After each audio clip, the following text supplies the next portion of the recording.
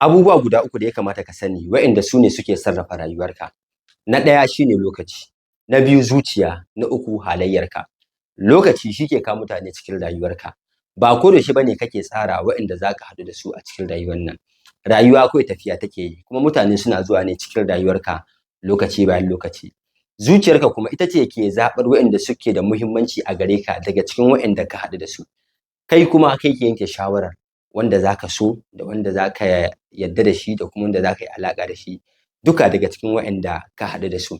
Halayyarka kuma ita ce ke ƙayyade mutanen da za su zauna a tare da kai, su ma daga cikin waɗancan waɗanda lokaci ya haɗa ka da su.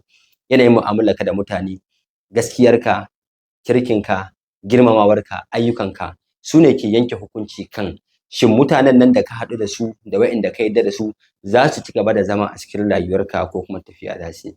Saboda haka ka yi amfani da lokacinka wajen haɗuwa da mutanen da suka dace da kai.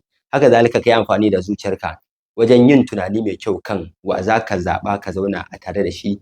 Haka kuma ka daure halayyarka ta zama mai kyau yadda duk wanda ka haɗu da shi a cikin rayuwar nan za ka zauna da shi. Allah ka sa mu dace.